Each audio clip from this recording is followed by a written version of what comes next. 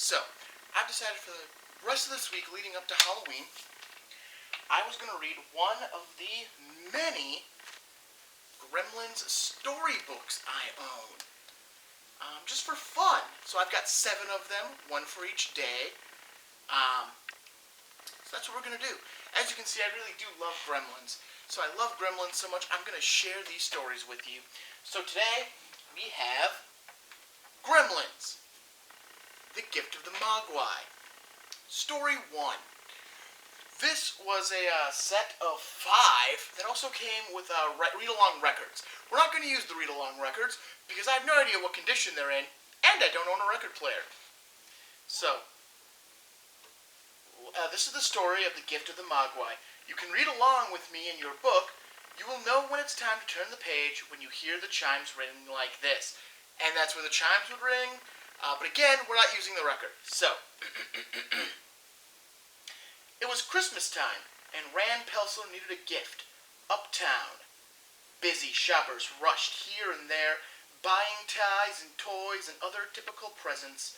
But Mr. Pelso decided he wanted to do his shopping in Chinatown. I should be able to find a great gift for Billy around here. Something special. Something unusual. As he wandered the bustling, exotic streets, Rand spotted a colorful souvenir shop, and he strolled inside from the cold night air. Rand stepped up to the lady at the counter. "I'm looking for something interesting to give my son." The salesman nodded and began showing Rand everything from transistor radios to painted fans. Rand shook his head. "No, you see, I want something different, something unique, something he can't get at home." Just then, a small hand reached up and tugged Rand's sleeve. "Hey, mister, you want something different? I know a place full of different things." Rand glanced down to see a skinny Oriental boy wearing an old t-shirt and a faded baseball cap. "Sorry, kid, I'm not looking for baseball cards." The boy reached into his pocket. "Does this look like a baseball card?" He pulled out an ugly, shrunken head. Rand jumped back. "Is that real? Everything's real at Grandfather's shop. It's not like any other shop in Chinatown. Follow me." Rand hesitated a moment and then walked out into the chilly night. "This I gotta see."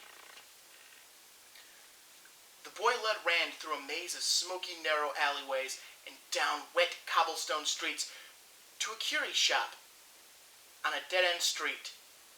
A gust of wind whistled down the alley as Rand stepped under a creaking wooden sign and through the dirty, flimsy door. The store looked like a wizard's workshop. It was crowded with musty books and dusty bottles and jars. Behind the counter stood a very old Chinese man smoking a pipe. The boy introduced him. "This is my grandfather. Go on, mister. Look around. See if there's something you like." Rand bought a candy bar and began to inspect the bizarre items. The boy joined his grandfather in a game of chess. "What are you doing in this part of town, mister?" "Oh, business. I make things. I came up with ideas for new gizmos. Inventions." The boy nudged his grandfather. "Thomas Edison!" The old man broke into a smile. "Thomas Edison, hee hee hee hee hee." Rand grinned in embarrassment. Then a strange, high-pitched giggle joined the laughter. Rand froze. What was that? But the boy and his grandfather just went back to their game. The giggle rang out again. Rand followed the sound to a back corner of the shop. Hidden on a shelf under a burlap cloth, he found a small cage. Rand sent his candy bar down and reached out to lift the covering. Suddenly, a little furry hand came out of the cage and grabbed his candy bar. Rand peered inside and saw a tiny, cuddly animal. "What is this? I've never seen anything like it." The Chinese boy answered, "Mogwai." "What's he doing?" "Singing. He only does that for people he likes." Rand was enchanted.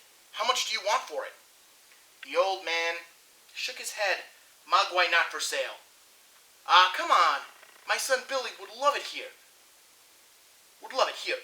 100 bucks cash." The old man didn't flinch. "Okay, 150. The shop owner shook his head again. "Here, you can have every penny I've got on me. $260. The boy's eyes lit up. but his grandfather was firm. Mogwai is not like other animal. He is a very special creature. With Mogwai comes much responsibility. I cannot sell him at any price. Then the old man turned and walked into the back room. Rand left the shop and headed back, disappointed. But the owner's grandson ran up to him in the alley carrying a wooden box. Forget what my grandfather said. We need the money. Here, you can have the Mogwai. But there are some rules you've got to follow. First, keep him away from light. He hates bright light, especially sunlight. It'll kill him. Next, don't get him wet. Keep him away from water. Rand grinned. I guess a day at the beach is out of the question. I'm serious, mister. But the most important thing, the thing you can never forget, no matter how much he cries and begs, never feed him after midnight. You got it? Got it. I promise. No bright light, no water, no food after midnight. Don't forget, mister.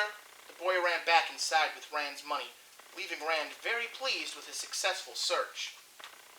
Meanwhile, in the small town of Kingston Falls, Billy Peltzer was returning home from his day of work. He greeted his mother in the kitchen. What a rotten day at the bank, Mom. Well, never mind that now, Billy. Your father will be home from his trip any minute. Sure enough, before long, the front door flew open. Ho, ho, ho! Merry Christmas! Rand handed Billy the present. I want you to open it now. This can't wait until Christmas morning. Billy tore off the wrappings and lifted the lid. A tiny ball of fur peeked out of the box, with large, friendly eyes. Billy grinned with delight. What is it, Dad? The owners called it a Mogwai. You can train him to do anything, and he's really clever. He figured out how to work most of my gizmos all by himself. Well, since he likes gizmos so much, let's call him Gizmo. Billy's mom watched Gizmo crawl out of the box, climb onto Billy's shoulder, and lick his cheek. This is so cute. I've got to get a picture. Okay, smile. The bulb flashed and Gizmo screamed in fright. Billy cuddled the trembling Mogwai. Dad, what happened? The little fella's scared. He hates bright lights. See, there are certain things you have to remember about this guy, Billy. Besides bright lights, keep him away from water. And never feed him after midnight. Never. Billy cradled Gizmo in his arms. Come on upstairs, little fella. I'll show you my room. He took him into the attic and set him on his desktop. Oops, let me dim the lights for you. There, is that better? Gizmo smiled and sang a single clear note. Billy turned on his portable keyboard and played the same note. Gizmo's large eyes perked up, and then he sang 5 notes. Billy struggled with the keys. I'm not quite getting it right, Giz.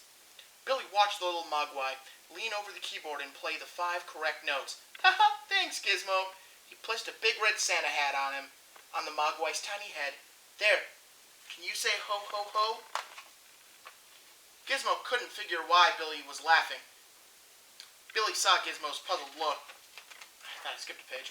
Puzzled look. I'm laughing because you look so cute in your hat, Gizmo. Want to see? Billy held up a mirror. The furry Mogwai took one look at his reflection, screeched, and toppled over backwards. Hey, Gizmo, you okay, little guy? You fell into the wastepaper basket. Don't worry, I'll fix you up. He took Gizmo into the bathroom and gently tended the Mogwai's bruised head. Don't frown, Gizmo. You'll be okay. Billy took Gizmo back to his room, propped him up in bed, and tucked him in. Doesn't that feel good? Here you go. Here's one of my 3D comic books to look at. Gizmo held up the red and green glasses and peered at the comics happily while Billy began drawing at his desk. Billy unwrapped a chocolate candy. Then he checked the clock. Only 9:30. It's safe to feed you. Here, Gizmo. Billy's dog Barney watched the little Mogwai chew happily on the candy. He wandered over to the bed, sniffed at Gizmo, and then gave him a friendly lick. Billy looked up from his work. See? I knew you guys would be friends. When he finished the drawing, Billy signed his name. He pointed out the name to Gizmo and pointed to himself. Billy! That's me. Billy! Gizmo tried to imitate him. Billy grinned. That's good, Gizmo. Billy crawled into bed. I'm really glad you like it here. Good night, Giz. Gizmo cooed and shut his eyes. The 2 friends fell fast asleep. So that was storybook 1. Check out tomorrow. I'll be doing story number 2. It is Gizmo and the Gremlins. Story 2, Gizmo and the Gremlins. That's tomorrow. Check back. See you then. Alright, it's day 2. That means I'm going to continue the Gremlins 5-part story. I have 2 other Gremlins books. I'm definitely going to do the Gremlins 2 story I have. The Gremlins story, I might not. Because it's basically going to be, this thing condensed.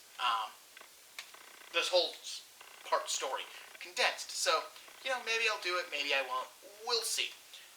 But anyways, so yesterday we did The Gift of the Mogwai. Get it? Gift of the Mogwai, Gift of the Magi. Alright, today I've got Gizmo and the Gremlins. Story 2. So, let's turn the page. This is the same front page from the last one, telling you about how the record works. But again, I don't have the record. I have the record, I don't have a record player. Rand Pelser had looked all over Chinatown for an unusual Christmas gift for his son Billy. So when he had entered a musty backstreet shop and seen the exotic furry mogwai creature, he knew he had found it. Billy, of course, loved the cute little animal and named it Gizmo. Rand told Billy 3 important rules he had to learn. He learned in Chinatown about caring for the mogwai. No bright lights, especially sunlight, no water, and no food after midnight. Otherwise, bad things would happen. I wonder what's going to happen in this book. A few days before Christmas, Billy's young friend Pete came over to visit. "Hey, Billy, I heard you got a new pet. Can I see it?" Billy gently placed the tiny mogwai on his drawing desk. Pete's eyes widened. "Wow, where'd you get it?" "My dad got it for me. His name's Gizmo." Pete watched in fascination as the mogwai picked up a sketching pencil. "Haha, look, Billy, to him, the pencil's as big as a post." "Can I pet him?" asked Pete, but as he reached out, he accidentally knocked over a glass full of paintbrushes. Oops! Gizmo suddenly let out a screech as some drops of water splashed on him. Billy watched fearfully as Gizmo arced in pain. "Oh no! He's not supposed to get wet! Gizmo, are you all right?" As Billy stared helplessly, something strange happened to the tiny mogwai. The spots where the 5 water drops had hit Gizmo slowly began to grow. Then, as if by magic, the spots became 5 tiny balls of fur and popped off Gizmo's back. Billy's mouth fell open as the furry balls grew and grew, each one then uncurled to reveal a brand new mogwai. Pete watched the 5 new creatures stand up and stretch their new arms and legs. "Wow, this is better than a comic book!" "That must be how they multiply, Pete. No wonder you're not supposed to get them wet." Billy examined Gizmo. "Look, he's fine. The spots are completely disappeared. It's as if they were never there." The new mogwai grinned at each other, but Gizmo shied away from them all. Billy scratched his head. Look at that. Gizmo acts like they're different from him. But they all look about the same. Same size and everything. All except for this little guy with a stripe of white hair on his head. "I guess we ought to call you Stripe, huh?" "Why do you think of that?" The five mogwai giggled, but Gizmo sat quietly by himself. Billy took the new mogwai downtown and set them on the coffee table while he looked for his father.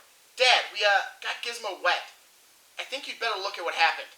Rand walked into the living room to find the new mogwai humming, giggling, and shoving each other happily. Stripe was playing a portable video game, and another was eating grapes out of a bowl. Rand shook his head. "Oh, brother, I think it's time we had these guys checked out. In the meantime, you'd better keep them up in your room. Don't let them near the shower or the sink, or we'll be up to our armpits in singing fuzzballs." Without anyone seeing him, one of the mogwai spit a grape seed at Barney, the family dog. Barney jumped up and barked at the mischievous creature. Billy spun around and grabbed the dog. "Hey, easy, Barney." Rand glanced at the innocent-looking mogwai. Barney's just jealous of your new pets. It might be a good idea if he sleeps downstairs for a while." Gizmo stood in the doorway and frowned. He knew it wasn't Barney's fault. The next morning, Billy took a mogwai to his old friend, Mr. Hanson, the high school science teacher. Billy told him about the 3 important rules and how the new Mogwai had been created. Mr. Hanson examined the tiny creature carefully. "This is amazing! Billy, I've never seen anything like it. I'm afraid all I can tell you is that water has to be above freezing for them to multiply. They also seem to get upset if they're separated from each other. But frankly, I've no idea of what would happen if you fed them after midnight." That night, as the household slept, Stripe awoke and nudged his 4 fellow Mogwai. Sharing grins, they sneaked past Billy and Gizmo and headed downstairs. A minute later, Barney was rudely awakened with a tiny punch. It was Stripe! The angry dog chased his furry assailant out the front door and onto the snowy front porch. Suddenly, Barney was surrounded by Mogwai. They pounced on him, threw him off the porch, and ran back to bed, leaving Barney locked outside. When Billy finally awoke and rescued Barney, he noticed the 5 Mogwai sleeping like little angels. Something funny's going on around here.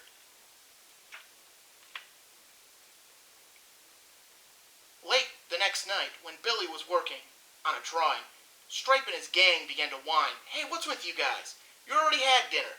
But the creature begged even louder for food. Billy checked the clock. "Well, it's still a half hour before midnight. I guess it's okay to give you a snack." Billy brought the hungry Mogwai a plate of leftover chicken. Here you go, guys. Bon appetit." All the Mogwai began to devour the chicken with a passion. All that is except Gizmo. Billy nudged the little fellow. "Go on, Giz. Get something to eat." But Gizmo frantically shook his head and whined. Something was wrong, and he didn't know how to tell Billy. Billy just shrugged. "Not hungry, huh? Well, it's time for bed anyway. See you guys in the morning."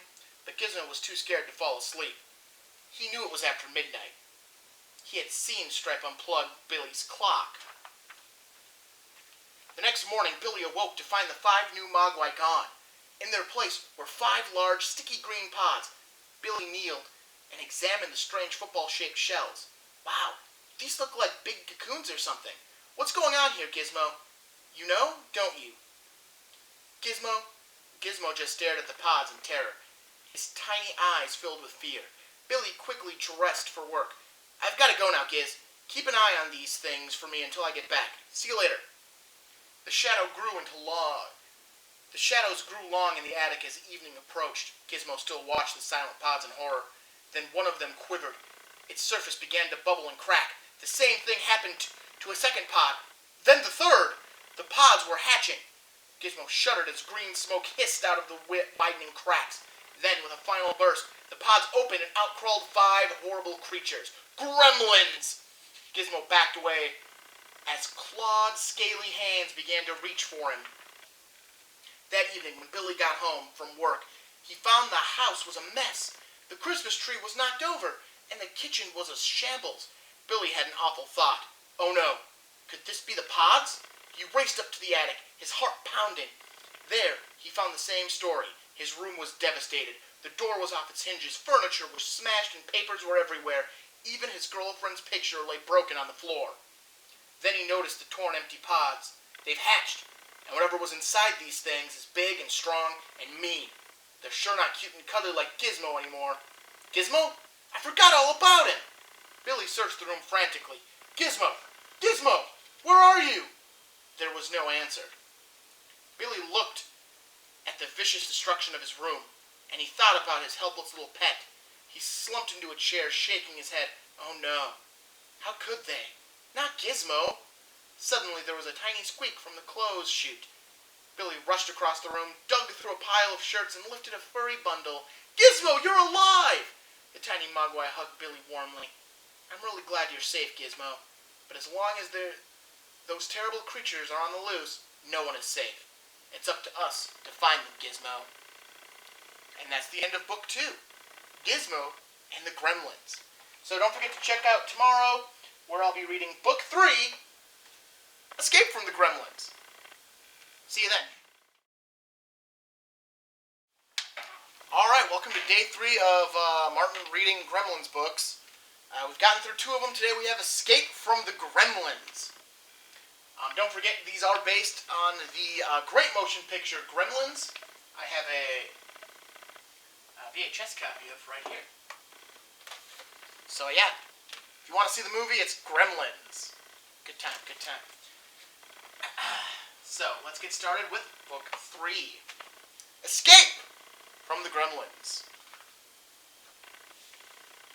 Billy Peltzer had received a gift from his father. Oh great, we get backstory again. A friendly Mogwai creature named Gizmo. A Mogwai is cute, furry, and little, but the responsibility of owning one is big. Billy had broken one of the Mogwai's rules when he spilled water on Gizmo. Pete did that. Which created 5 new Mogwai. These new creatures, led by Stripe, were sneaky and mischievous. They tricked Billy into breaking another rule, feeding them after midnight. The 5 Mogwai had covered themselves in large, sticky cocoons, and when they broke out, a day later, they had changed. The new creatures were no longer warm and cuddly. They were mean and destructive, as Billy found out when he came home from work. The Christmas tree was smashed, the kitchen a mess, and his room a disaster. Worst of all, they had beaten up Gizmo. Billy found his tiny pet trembling in the corner, and he gently placed him into his nylon backpack. Come on, Gizmo. We've got to go after those monsters. You ride shotgun. I hope he's not driving. Billy grabbed a flashlight, and they headed out into the cold winter night. In moments, Billy found a set of tracks in the snow. These footprints go straight towards the local gymnasium. And look, Gizmo, the front windows are broken. They must be inside. Billy cautiously entered the silent building. Boy, I can't see a thing in here, Giz. Let's find the light switch.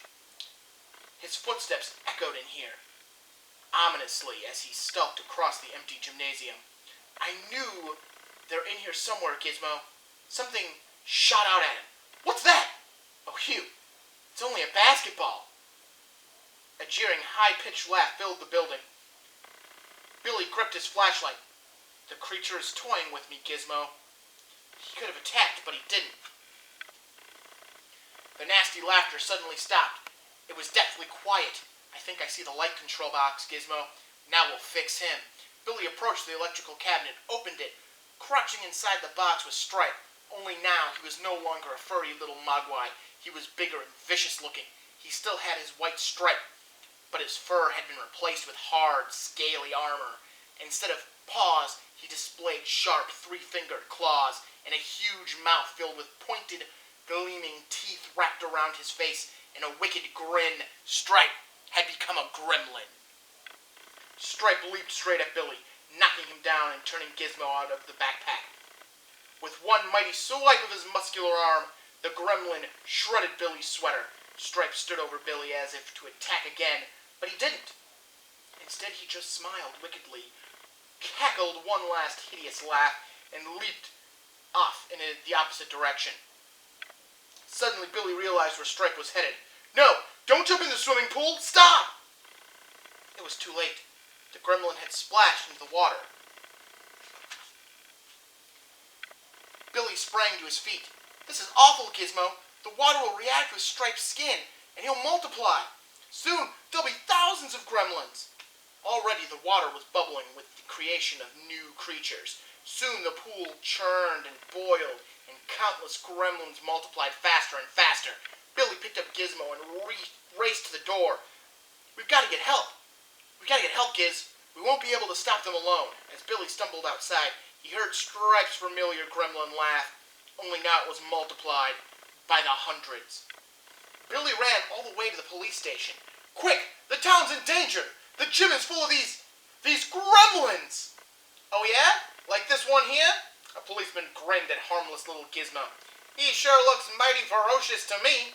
No, this is a Mogwai. He's friendly. Gremlins are nasty. Billy, go home. We've got no time for pranks. The officer waved Billy aside as he answered the phone.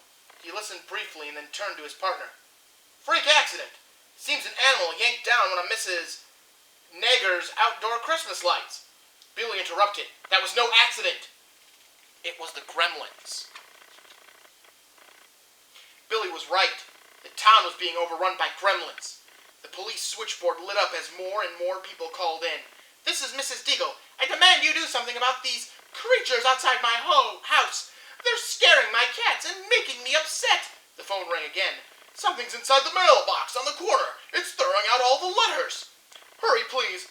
There's a thing swinging on my television antenna, and it's messing up my favorite show! You guys better get down here to Main Street. Somebody's playing with the traffic lights, and it's green in all directions. There have been 2 accidents already. The gremlins were running wild all over Kingston Falls. They broke windows, knocked over garbage cans, and destroyed parked cars. They even chased passers-by, stealing articles of clothing, and then strutting around proudly with their new coats, hats, and scarves. Gremlins broke into the local radio station and smashed all the records. They then started singing into the announcer's microphone. Soon radios were playing their creepy songs all over town. Not far away, Mr. Futterman was relaxing at home when he heard his snowplow start up outside. "What's going on, Martha?" "Look! My plow is driving by itself! Wait, it's coming this way! Run!" The plow crashed right through the Futterman's living room. Thanks to you-know-who. The gremlins didn't like people. They didn't like the town, in fact. The only thing they did like was making trouble. Down the block, gremlins were knocking over snowmen, breaking windows, and yanking up shrubs. Billy's friend Pete watched them carry stuff off the garage and scatter into the streets. Then they climbed onto Pete's roof. Pete leaned out his upper window, aimed his slingshot, and fired. A gremlin toppled over backwards. "I got him!" Pete aimed again. "I'll teach you to pull down our decorations." Pow! Got another one! This one zigged off the roof, fell into a trash can, and rolled down the street. Pete loaded again. "Wow, this is more fun than an arcade!" Downtown at Dory's pub, dozens of gremlins had taken over the room, driving out all the customers. The only person left was Kate, Billy's girlfriend. The gremlins had trapped her inside so she could serve them. They screeched at her for food and drink, and threw things at her when she didn't move fast enough. Kate ducked a handful of peanuts. "Hold on, I'm working as fast as I can. Ow! What do you want? Stop it! I can't do everything at once." The pub was swarming with noisy, bad-tempered gremlins. Some pulled down pictures and knocked over glasses. Others played cards and pinball. 2 arm-wrestled in a corner, while several more tried to play pool. They ripped up the felt, cracked pool cues over each other's heads, and threw the billiard balls into the jukebox. One gremlin even swung from an overhead fan. Another demanded that Kate light a cigar. She struck a match and saw the gremlin wince. The light must have hurt their eyes. That gives me an idea. Kate searched behind the counter. "Ah, here's Dory's camera." She pointed the lens at the closest gremlin. "Smile, turkeys!" The flash bar blazed, and the gremlins howled in pain. They barked away from Kate as she aimed again. "Let me through! Move over, you! Take that!" Time and again she blinded the creatures as she headed for the front door. There was only one gremlin left in her way. "Back off, Buster!" She clicked the camera. Nothing happened. "Oh no! I've used up all the flashes!" The angry gremlins quickly surrounded Kate. Now they would never let her escape. The bright light flooded into the pub. The gremlins screeched and covered their eyes. Kate looked outside to see headlights from a parked car shining straight into the pub. A figure climbed out of the driver's seat. "Kate, it's me, Billy! Come on!" Kate ran outside and jumped into Billy's car. "Careful, Kate, you almost sat on Gizmo." Billy turned the key, but the car wouldn't start. What a time for it to act up. "Come on, let's make a run for it. The headlights should keep them trapped for a while." Billy grabbed Kate's hand, and they raced down the snowy street. "Let's duck into the bank. We'll be safe in there." Kate followed Billy into the deserted building and caught her breath. "Oh, Billy, I've never been so scared in my life." "Thanks for saving me." She hugged him fondly. "What's going on, Billy? What are those creatures?" "It's a long story, Kate, but the most important thing is, we beat 'em." Gizmo shook his tiny head. "Haha, well, little guy, at least we beat 'em for now." That was Book 3, Escape from the Gremlins. Tomorrow I'll be reading Book 4, Gremlins Trapped. So don't forget to tune in for that. I hope you're enjoying this little read-along. I know I've been enjoying reading these books for you, so I'll see you then. Alright, so last video we watched, right? Alright, so the last video we read the book Escape from the Gremlins. This week we read, or today, this week, I'm going to try this one more time. Take 3. So we're continuing reading through our Gremlins record books. We did book 3, Escape from the Gremlins, last week. Yesterday, and today we're doing Gremlins Trapped. I'm going to get right into this, because otherwise I'm going to keep, I'm just going to keep being an idiot. Alright, so, when Billy Pelser received a cuddly pet mogwai named Gizmo for a gift, and it seemed like a dream. But through a series of mishaps, the dream had soon transformed itself into a nightmare. Hundreds of evil gremlins had been created, and under the leadership of Stripe, they had swarmed through Kingston Falls, causing mischief, breaking things, and in short, tearing the town apart. The wicked creatures had even managed to hold Billy's girlfriend Kate captive in the local tavern. They have trapped her so she could get them food and drink. Then they screeched and threw things at her when she didn't move fast enough. But Billy had parked his car outside the tavern and flooded the place with glare from his headlights. The gremlin's sensitive eyes couldn't take it, and they fell back, letting Kate and Billy escape. The two friends headed down Main Street, the boyfriend and girlfriend in the last book, down Main Street looking for a place to hide. All around them were examples of the gremlins' destruction, broken windows, scattered Christmas decorations, even an overturned car. Billy shook his head. This is awful. Let's find a building and get out of the open. They crunched across the snowy street, looking for an empty store to hide in. They entered the bank, where both of them worked. Kate gasped. Look at it, Billy. It's a wreck. Desks overturned, papers everywhere. What's going on, Billy? Who are those creatures? They're gremlins, Kate. Nasty, rotten gremlins. But where did they come from? Billy pointed to Gizmo in his backpack. From this cute little guy. Can you believe it? I accidentally got him wet. It was Pete. And the next thing I knew, there were 5 more of him. Then those 5 tricked me into feeding them after midnight. That's when they turned into gremlins. Then their leader Stripe jumped in a swimming pool, and bang! We've got a town full of them. Then we've got to do something, Billy. We've got to get rid of them. Well, I'm not quite sure how, but we'll think of a way. Come on. Kate and Billy cautiously stepped outside. There were no gremlins to be seen. The two headed back down the street,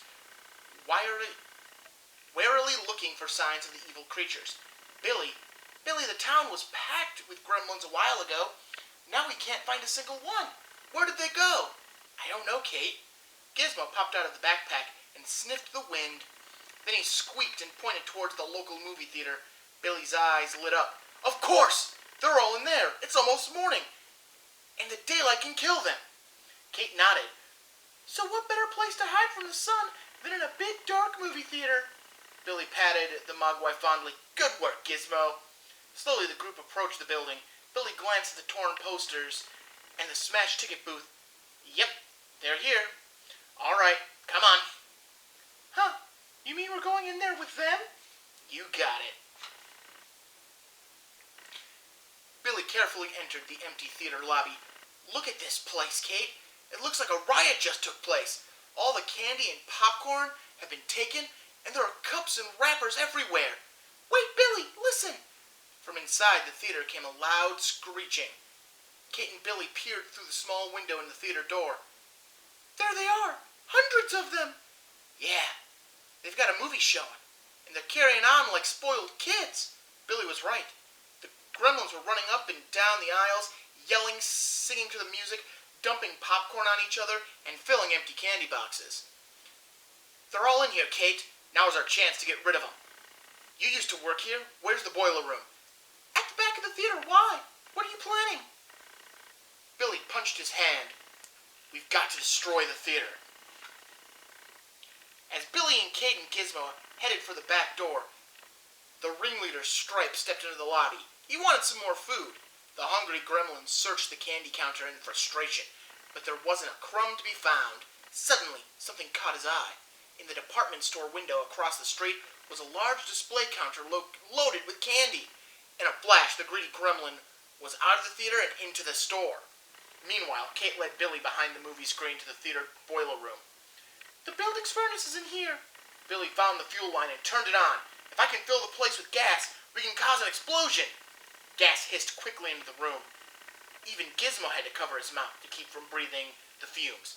Billy backed out of the room, shutting an old rag in the door. "I'll use this as a fuse to ignite the gas. That'll give us time to get out of here." Billy lit the rag. "Head for the exit, Kate! Fast!" At the very moment, the movie projector ran out of film. The Gremlins were annoyed when the picture went off, but the next moment, they howled in rage when they saw Billy and Kate's silhouettes moving across the blank screen. Kate froze. "Oh no! They can't see us from the other side! They can see us from the other side!" Like 100 banshees, the Gremlins raced up onto the theater stage. They tore right through the movie screen with their sharp claws. Billy grabbed Kate's hands. "We've got to get out of here. The theater's about to explode." As Kate pushed open the back door leading to the alley, a Gremlin leaped at Billy's leg. With a kick, he shook the creature off and dove for the exit. Billy struggled to close the exit door, pushing against the combined strength of the Gremlin horde. With a final shove, the door clicked shut. "Quick, Kate! We've got them trapped! Hold the door while I find a board or something." Kate leaned against the exit as the Gremlins poured from within. Billy grabbed up 2x4 and wedged it against the alley door. "We've done it! Now run!" As the Gremlins howled and screeched inside, Billy and Kate raced across the street. "Duck behind this parked car, Kate! The theater's gonna blow!" A deafening blast shook the area as the theater exploded. Kate looked up to see the building engulfed in flames. "We did it, Billy! We destroyed every last one of them!" Billy stood in triumph as he watched the theater burn. Now the town is safe. All the Gremlins are gone. Then something down the block caught Gizmo's eye. He tugged frantically at Billy's jacket. Billy turned. "What is it, Giz? Something wrong?" "Oh no. It's Stripe! He's still alive!" Kate's smile faded. "He must have left the theater while we were backstage." "Then it looks like our fight isn't over yet. We've got to go after him, Kate. He's the last Gremlin." So, that concludes our Gremlins Trapped. Check back tomorrow where I will have the last book of this 5-book story, The Last Gremlin. So check back for that tomorrow. Otherwise, have a good day. Alright, it's Friday. We're getting really close to Halloween. I got 2 stories left for you today. I got The Last Gremlin. And tomorrow, I have Gremlins 2, the new batch, Gizmo to the Rescue. This one's for Halloween itself. Before I get started on The Last Gremlin, the final part of the 5-part Gremlins record storybook, I do have one other one. It's a 24-page book called Gremlins. It's a record storybook of the entire movie. It's not the compilation of all of these. It's a completely different one. Because it's the same story, though, I decided not to read it. But maybe around Christmas, since Gremlins is definitely a Christmassy movie, because it takes place at Christmas. Gizmo's a present. He is a present to all of us. That's right, Gizmo. You're a present. Alright. So I might read this one around Christmas. Maybe I'll even have the record involved for that one. So we'll set that one off to the side, because today we're reading The Last Gremlin. Look at Gizmo in his car. It's funny, I have a pop version of this in my bedroom, and the car's red in that one. I think the car's red in the movie, too. I don't think it's pink. Alright, so let's get started with the final book. Unless you're extremely careful, cute, cuddly Mogwai can turn into nasty, destructive gremlins. And that's just what happened one Christmas Eve in Kingston Falls. Hundreds of mischievous gremlins had left the town in ruins.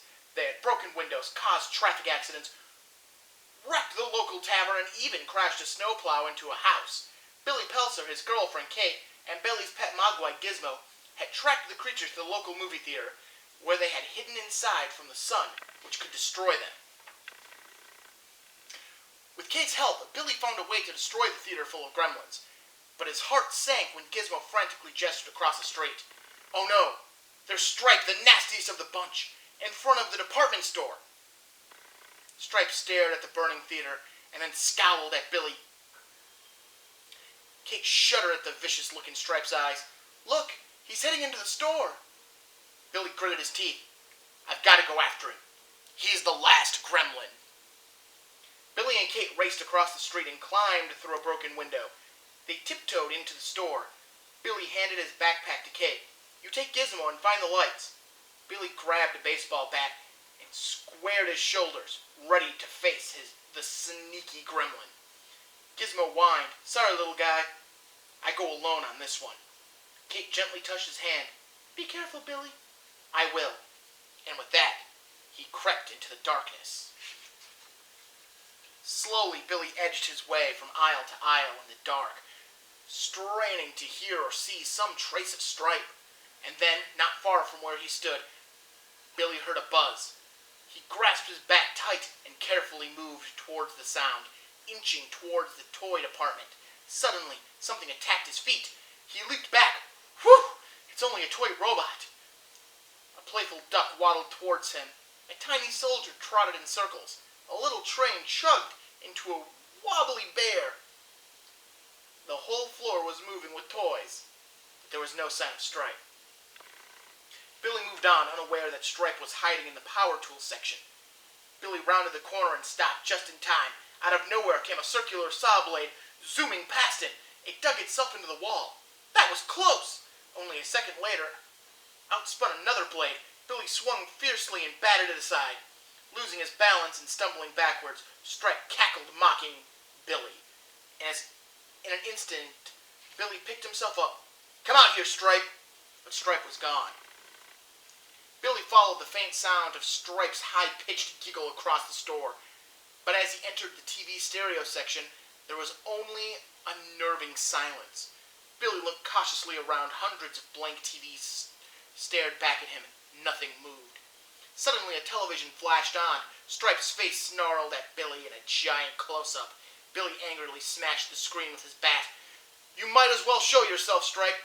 You can't hide behind a video camera forever." More TVs came to life. Everywhere Billy turned, he saw Stripe's leering grin. "I'm sick of playing hide-and-seek, Stripe." The gremlin gave one last cackle into the camera and disappeared, but this time Billy spotted him as he scurried off. Billy raced into the main aisle and stopped.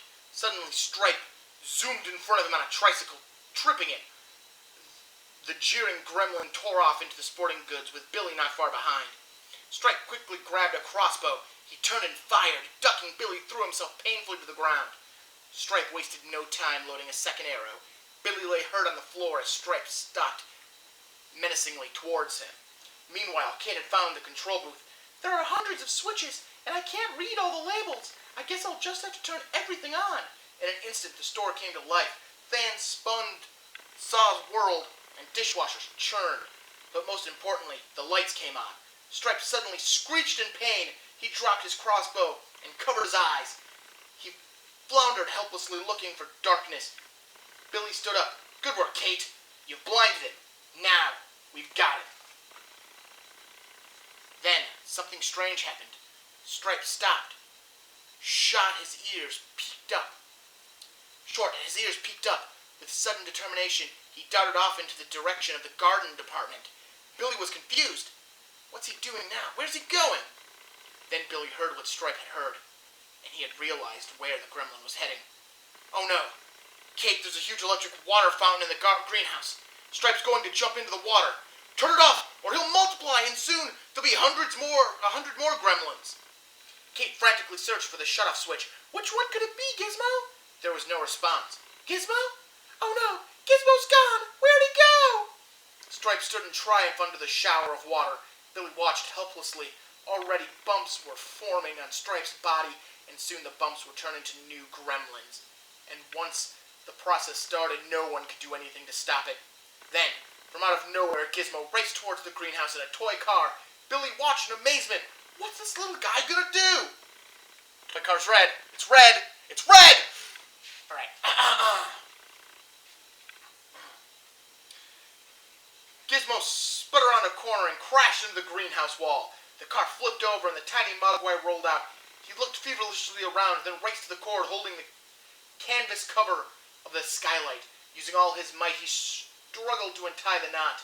Then Gizmo's plan dawned on Billy. Of course! He's gonna blind Stripe by uncovering the skylight. Finally, the cord released. The blind flew open, throwing Gizmo across the room. Sunlight poured into the room, bathing Stripe in its brilliant rays. Stripe screamed as his skin began to crack. The ugly bumps withered and he started to melt like a candle. Kate rushed in and embraced Billy. "Oh, Billy, he's dead." "Yeah, thanks to Gizmo's help." "Gizmo? Wait a minute. Where is he?" Billy spun around to find poor Gizmo laying motionless on the floor. He rushed over to his tiny friend and scooped him into his arms tenderly. "Gizmo, please be okay." That night, the Peltzers had a peaceful Christmas Eve after all. The fireplace radiated a warm glow, and bright decorations filled the house with joy. Exhausted and bruised, Billy rested on the couch with Kate and Gizmo. He petted the injured Mogwai as he pulled the thermometer out of his mouth. "You're going to be okay. Your temperature's back to normal." The Peltzers settled comfortably around the TV to watch a news report telling the story of the gremlin invasion. Suddenly the doorbell rang. Gizmo's eyes lit up, and he began to hum contentedly. Billy realized who it must be. "I'll bet it's the Chinaman, Gizmo's original owner." And sure enough, an ancient, withered Chinese man entered through the door. Gizmo jumped from the couch and embraced the old man tightly. Billy was happy for Gizmo, but sad for himself. "Yeah, Gizmo, you really do belong with him, don't you?" The old man was stern. "You have done with Mogwai what your society has done with all nature's gifts. You people do not understand. You are not ready." Billy nodded to the Chinese man in a sad recognition. Then the old man gently placed Gizmo into a small wooden box and turned to leave. But a sound from the box made him stop. He opened the lid and Gizmo peeked out, his tiny eyes searching for his friend. "Bye, Billy." Billy grinned. He knew that Gizmo would never forget him. As the old man stepped outside, he smiled at Billy. "Someday, you may be ready." He turned and headed off, and Billy could hear the faint sounds of Gizmo humming the tune he and the Mogwai had once shared. So that was The Last Gremlin. That's the end of the 5-part storybook. Like I said, tomorrow for Halloween I'll be reading Gremlins 2. I'll be reading its storybook. For anyone who's curious what that special sound was that Gizmo made, that Billy loved at the end of the book and throughout it, here it is. Work. I guess it's not working. I feel bad now that I decided to do this. Because... Oh, here we go.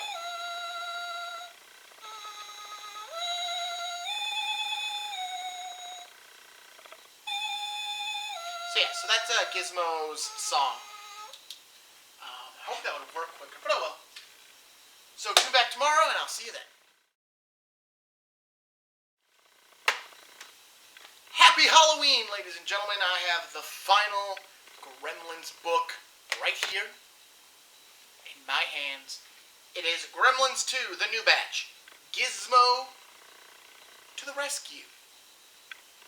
This is based on the second movie, Gremlins 2, The New Batch. Here they grow again. Love that movie. Favorite movie of all time. So, we're going to get started. Gremlins 2, The New Batch. Gizmo to the record.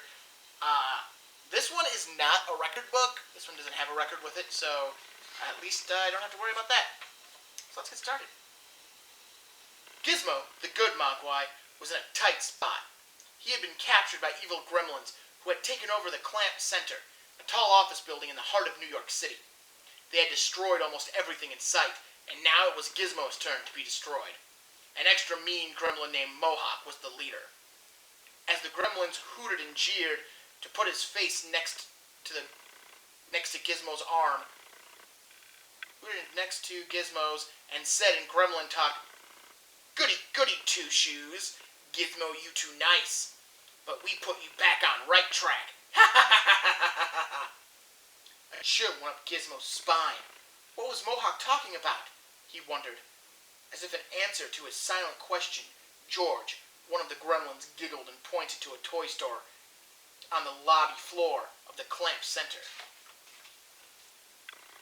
Gizmo's eyes grew wide as the gremlins dragged him into the store and tied him up to the tracks of a toy railroad. "Hee hee hee hee hee, you about to be last stop on line," said Mohawk with a sneer. Then he put on a conductor's cap and got into the toy train. When the gremlins tied Gizmo up, they were sloppy and the little Mogwai could already feel the rope coming loose. He wiggled and squirmed, trying to loosen it more. Just then Mohawk came roaring down the tracks. Gizmo yelped and closed his eyes, but at that moment, he felt the rope come free. Suddenly, a change came over Gizmo. He was tired of being pushed around. Just as the train was almost on top of him, he leapt up and did a somersault.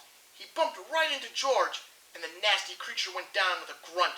The other gremlins were so surprised, they just stood there. Without wasting any more time, Gizmo jumped over George and made a dash for freedom. The gremlins were about to go after Gizmo when Mohawk stopped them. "Let him go," Mohawk said. "We catch him later." Then the evil gremlin drank something from a vial marked spider serum, which he had stolen from the Splice of Life genetics lab in the building. "Ah, this good stuff," Mohawk said, smacking his lips. "I feel spidery already." Meanwhile, in another part of the Clamp Center, Billy, the young man who had battled the gremlins in his hometown of Kingston Falls, was in Mr. Clamp's office. Mr. Clamp was the owner of the center, where Billy worked. He had asked Billy to help him figure out a way to get rid of the gremlins. As they started to make plans, a gremlin suddenly popped out of a wall socket and came straight at Mr. Clamp. Billy thought fast and picked up the receiver of a video phone and held it right in front of the gremlin. As soon as the gremlin hit the receiver, he was pulled into the phone. "Sorry, all circuits are busy now," said an operator. "You will be put on hold." Billy grinned at Mr. Clamp. "That'll hold him for a while," he said. "That was certainly a shocking experience," whispered Mr. Clamp as he wiped his brow with a handkerchief. Whilst this was going on, Billy's girlfriend, Kate, was in a dark stairwell high up in the building. Since some of the building was without power, Kate had to use a flashlight to find her way. Kate worked at the Clamp Center as a tour guide. Now that the gremlins had taken over, she was desperately trying to find Billy and Gizmo. Kate had also been living in Kingston Falls when the gremlins invaded, and she knew how dangerous they could be. "I hope Billy and Gizmo are safe," she said out loud to herself as she raced up the stairs. For his part, Gizmo was not only safe, he was preparing to fight back. He had made himself a bow and arrow out of supplies from the building.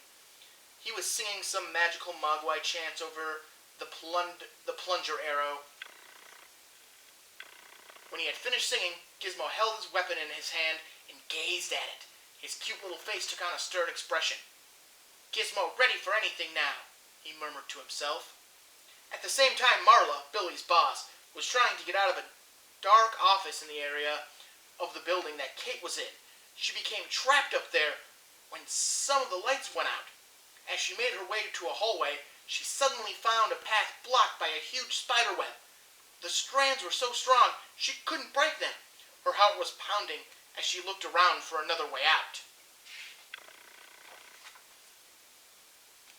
Just then Kate came running into the hallway through a fire exit behind Marla. "Thank goodness," Marla cried. "Quick, get me out of here." "We can't go back through the fire exit," said Kate. "It's locked from this side." "If we only had a pair of scissors," said Marla, "we could cut through the web." Kate shined her flashlight at a desk nearby and managed to find a pair. She grabbed the scissors and quickly cut a hole in the web, big enough for them to squeeze through. But as soon as Kate and Marla were free, they sensed something behind them. They turned around and were stunned by what they saw. There was Mohawk, who had turned into a spider because of the serum he had drank earlier. Kate dropped the scissors as she and Marla ran down the hallway. As they turned a corner, their path was blocked by another web. "Where are the scissors?" cried Marla. I dropped them back there," stammered Kate. "Oh, great," said Marla as Mohawk crept towards them with a smile on his face. Kate and Marla huddled against the wall, not knowing what to do next. All of a sudden, Gizmo popped out of an air vent and landed in front of them. The little Mogwai gave the two women a brave smile and waved them behind him. Then he turned to Mohawk. When the spider gremlin saw Mohawk, he let out a yell. Saw Gizmo, he let out a yell and made a scary face, but Gizmo calmly stood his ground as he noticed his magic arrow to his bowstring. Mohawk glanced at Gizmo for a moment, and then, with a roar, he charged. Just when Mohawk was no more than 10 feet away, Gizmo fired his arrow. It hit the creature in the chest, and the spider disappeared in a blinding flash. Really was a magic arrow. After making sure that Mohawk was gone for good, Gizmo turned to Marla and Kate and smiled. He was a real meanie, he said in gremlin talk. But you safe now. And you're a real hero, said someone from the opposite end of the hallway. Billy had come through the fire exit. I saw everything, he continued, but I was too far away to do anything. Then he picked Gizmo up and gave him a hug. Anyways, I can see you really didn't need my help, Billy added. Gizmo looked wide-eyed at Billy. I do good, he murmured. Billy was the only person who could really understand Gizmo. You did better than good, Billy answered. You did great. You are a hero. Gizmo wanted to jump and shout with joy, but he just lowered his eyes and smiled, as if to say it was nothing. Even so, his little heart filled with pride, and he felt himself blush underneath his fur. So yeah, that's the Gremlins 2 storybook. I hope you've enjoyed this series of me reading storybooks. Like I said, I might read the other Gremlins storybook I have, the full record storybook of the first movie. It doesn't have illustrations, it actually literally has pictures from the movie, so that's cool. Like I said, I might read this one around Christmas time. But yeah, I hope you've enjoyed it. Happy Halloween. Get out there and do what you gotta do. And, if you really like this type of content, check out my YouTube channel. You just gotta type my name, Martin Prevost, and you'll get some stuff. And, yeah, have a good one.